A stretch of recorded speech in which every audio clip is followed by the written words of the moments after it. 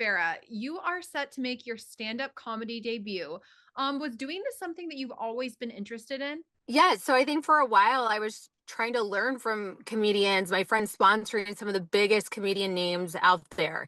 And so over the years, I just learned like I am going to have to really reflect upon my full life journey in order to celebrate and have laughs with people and be able to do what I really want to do, which is comedy. So finally, after doing, like a trauma program and like I can laugh at some crazy experiences of my life, that helped me become the best comedian that I can be. And so I'm totally ready. Like when I picked up the call, when I picked up the phone to say, hey, Farrah's ready to do comedy, I meant it. So I put in the years of work to do it, and I cannot wait to laugh with everyone in Manhattan.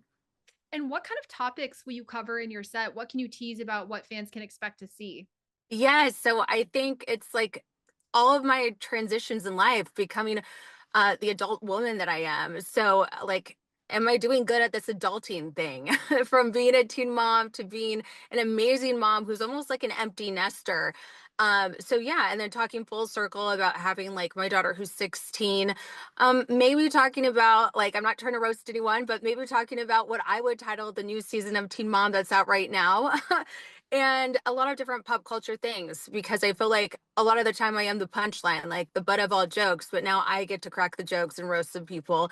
So it's going to be filled with pop culture. It's going to be filled with what I'm doing right now, whether that's like helping my homeless friends or traveling the world and losing my luggage like today. So there's a bunch of stuff that I can't wait to catch up with supporters, fellow comedians, producers of Teen Mom will be there. So I'm very excited to just catch up with everyone and show them where I'm at now.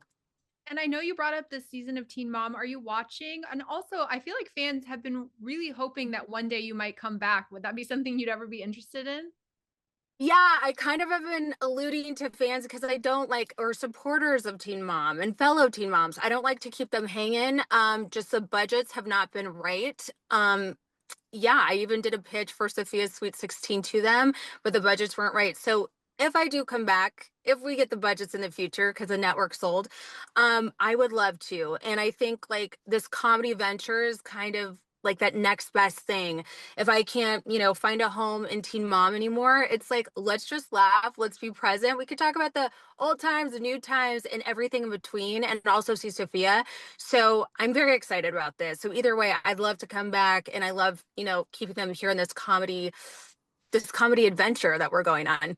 Yes, and speaking of the comedy show, I know you have a VIP meet and greet option. What's your favorite Yeah. part about getting to interact with fans like that?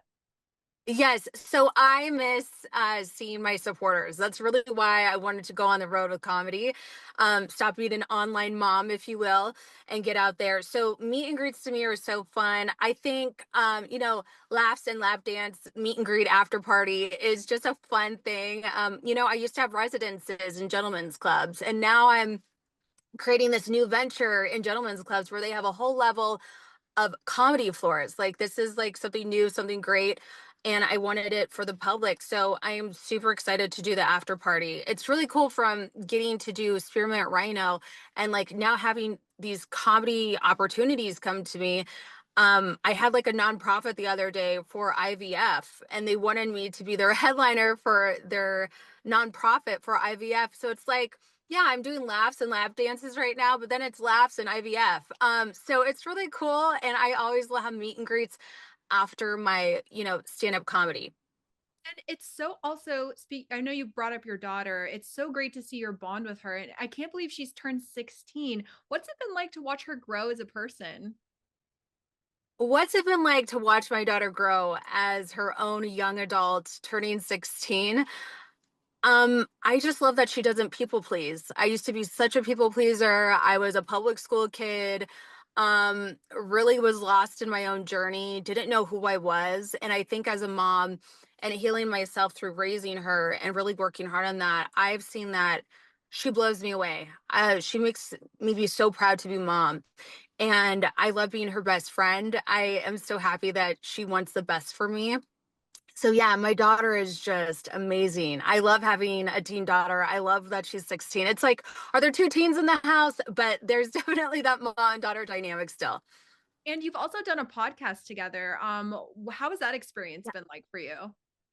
Yes, Fearlessly Female podcast was so cool for our YouTube subscribers. It's so cool to have that safe, cool environment and kind of putting like 12 steps and regulating ourselves so we can have the best conversations as a mom and a daughter. And I think sometimes that's still a struggle, right? We got that mother wound. There's a lot of different celebrities out there, like Bad Baby showing her mom attacking her and stuff right now.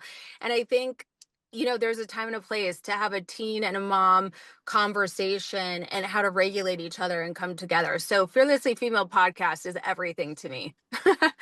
And you've really grown as a mom yourself. What advice would you give to other teen moms? I think teen moms or any parent, dad, mom, whatever, at any age, that's what I've learned. Like, it's not just teen moms who are struggling, it's all parents, really.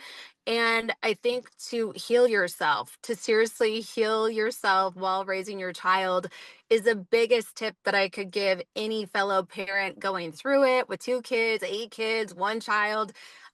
Really healing yourself sets you free and also allows your kiddos to just see everything that you've done and do way better. And I really applaud myself for not holding anything back. I also contribute social media and television to my parenting journey because I didn't grow up with my parents having really social media, even a phone.